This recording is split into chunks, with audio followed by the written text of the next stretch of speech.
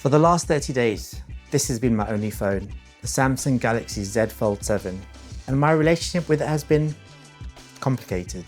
There have been days where I've unfolded this screen and genuinely felt like I was holding the future. Days where the multitasking is so good, it makes my old phone feel like a relic. But there's also been days when I'm staring at a 15% battery warning at around 8 or 9 p.m.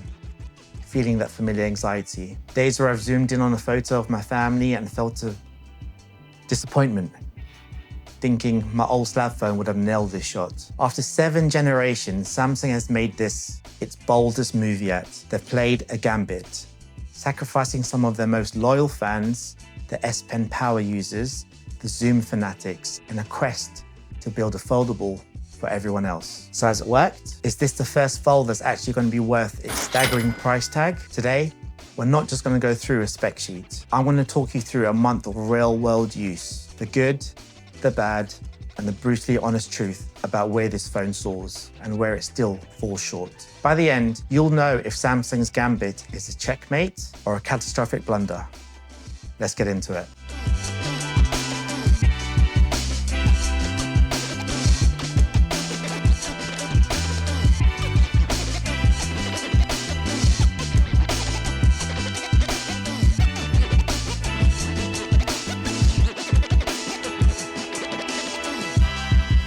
Right, let's start with the one thing that you can't see on the spec sheet, how it actually feels. For years, the Fold story has been a brilliant idea. Awkward body, you love the tablet inside, you tolerated the brick outside. It was a commitment. The Fold 7 completely rewrites that narrative. Folded, it's shockingly slim at 8.9 millimeters thin. Let's compare it next to a normal slab phone. The difference is no longer comical. Unfolded, it's thinner than most regular phones. And the weight? They've shaved off just enough that it stops calling attention to itself in your pocket at just 215 grams. It finally disappears into your day. That matters more than any benchmark because comfort is what you notice every single time you pick up your phone. And if you've ever held a previous Fold and thought, nope, too chunky, this is the first one that genuinely feels normal. Why? Because Samsung has reworked the Hinge, which folds thinner than before, and of course keeps the view at any angle, which for me has been one of the best things about the Hinges Samsung produce, as it's strong and it doesn't wobble. Now, the part that makes it feel normal, the cover screen. This is where the penny drops for everyday usability. We've gone from that tall, skinny remote control vibe to a more natural 21:9 shape. Translation? Your thumbs can finally relax. You can finally type a full WhatsApp reply without unfolding the phone. You can navigate maps, you can do your banking, sort your life out all one-handed. This isn't just a bigger screen. It's the difference between the cover screen being a notification ticker and it being a fully functional smartphone. And the best bit is the software magic that ties it all together. It's called continuity. Watch this. I'm looking at something on the cover screen. I unfold and instantly I'm on the same page with a huge layout. No faff, no starting again. It's small when you need it, big when you want it. And after a month, I can tell you it works flawlessly 95% of the time. Okay, cameras. This has been the Fold's Achilles heel. You paid flagship money for mid-range photos. The Fold 7 is where the lineup finally grows up. Mostly. The main camera jumps to that 200 megapixel sensor from the S25 Ultra and the S25 Edge. Now, ignore the big number. Here's what it actually means for your photos in plain English. 1. In low light, it gathers vastly more detail. Photos taken during that evening out, cityscapes, they're finally clean. 2. It shoots faster. Pictures of moving kids or pets are no longer a blurry mess. And 3. It gives you a clean, crisp 2x crop that behaves just like an optical zoom lens, which is brilliant for portraits. In daytime, photos have that classic Samsung pop. It's a fantastic point and shoot camera that for the first time doesn't feel like a compromise. The 12 megapixel ultrawide is also solid. I know it's 12 megapixel, but bear with me. It's great for those big landscape shots with good color consistency with the main lens. It now has autofocus, which is absent from Samsung's previous foldables, and the autofocus is a welcome addition to help with capturing sharp images and those finer details in macro mode. But here's where the Gambit comes in.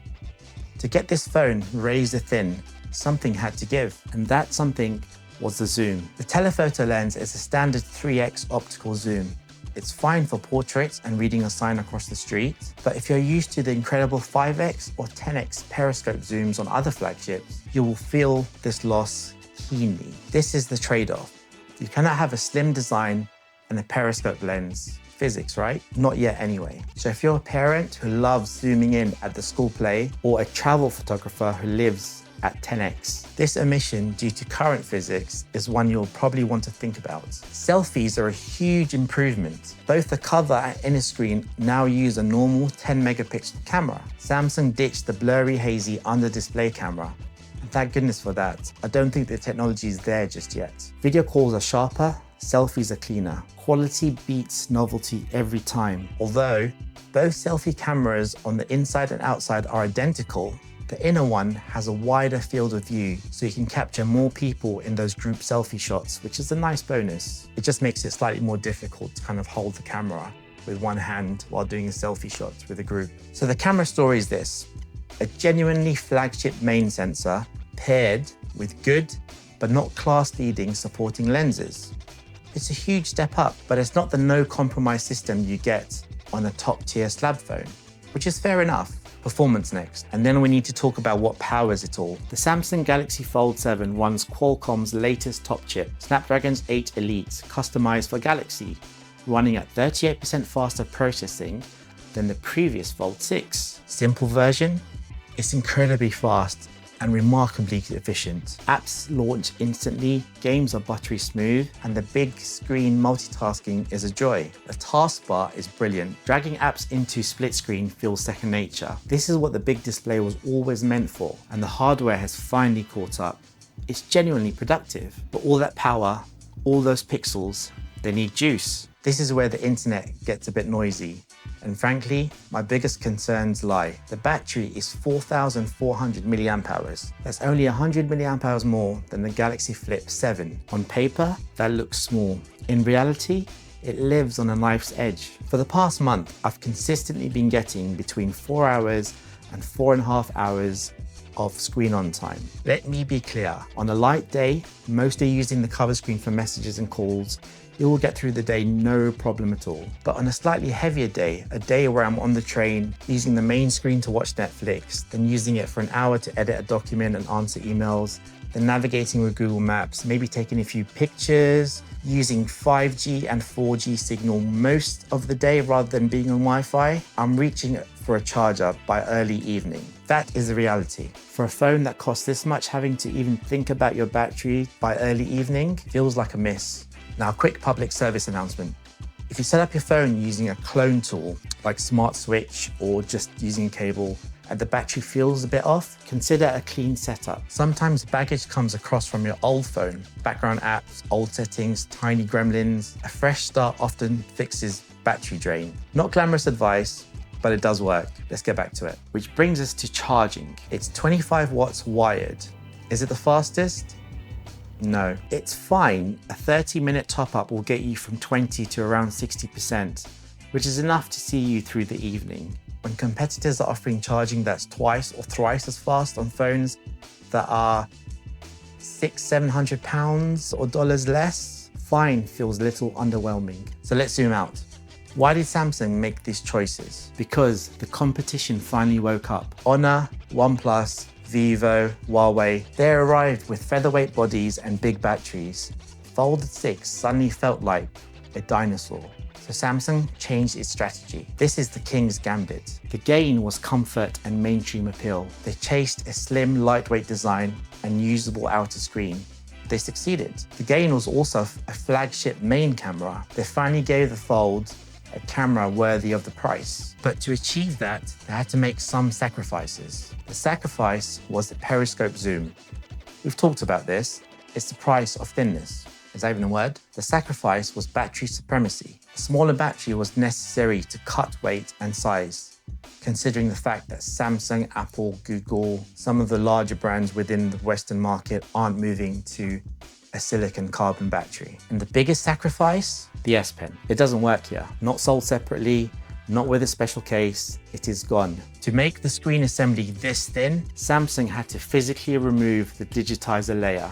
that detects the pen. For the thousands of people who bought a Samsung Galaxy Z Fold 7 as a spiritual successor to the Galaxy Note, this is a bit of a gut punch, a deal breaker. It signals a fundamental shift to who this phone is for. For everyone else, it's a non-issue. You absolutely must know which group you're in before even considering buying this phone. So let's land this plane. Who is the Fold 7 really for? If you've been Fold curious but hated the bulk and the compromised cameras, this is your moment. Closed, it feels like a great normal phone. Open, it's a stunning mini tablet. It fits into a real life better than any Fold before it. Who should pause? If you live and die by the S Pen, this is not your upgrade. If you're a true road warrior who needs maximum battery endurance, that 4.5 hours of screen on time that I've been getting should give you a serious pause. And if you're a zoom nerd, a periscope slab phone still wins, no contest. In the US, Samsung's main rival is basically Google's Pixel 9 Pro Fold, and this year Pixel 10 Pro Fold. Great phones, clever software.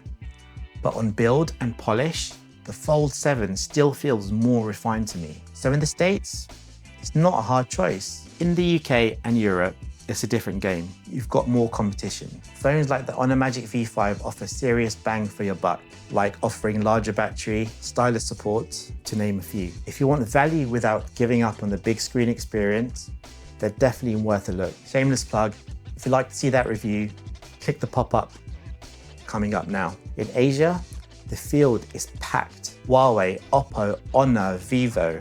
There's far more choice. On price and specs, Samsung will have to work harder to stand out. Honestly, Samsung feels most at home in the Western markets right now. But I hope the way the Chinese brands have upped their game keeps pushing Samsung to deliver meaningful updates like this generation. And I hope more of those phones officially make it to the UK and Europe, because competition is good and more choice is great for us, the consumers. So let's do that quick, honest summary. The good, it's incredibly comfortable and lightweight. The cover screen is finally perfect for one-handed use. The main camera is genuinely flagship level, and the multitasking software is best in class. I would say One UI is better optimized than the Pixel's Folds offering from last year. The not so good, no S Pen support is a deal breaker for many. The telephoto zoom is limited. The battery life is a real concern for heavy users, and the charging speeds are just okay. So did Samsung's Gambit pay off? For lots of people, I believe it has. It's the first Fold that feels like a polished, finished product, not a science project. Samsung traded power user magic to deliver mainstream comfort. In chess, you give up a piece to control the center of the board. And for most buyers, that is absolutely the right move. For me, Samsung's Fold 7 is the first Samsung Foldable I've been happily using for every single day for the past month or so. And I've been prepared to carry a battery pack on my longer outings. Final word, if you've been waiting for a foldable that nails the hardware experience, the Fold 7 is it. Just be sure you can live with sacrifices made to get there. I'm Maz, this is MazTechCentral. If this helped, drop a like and don't forget to subscribe.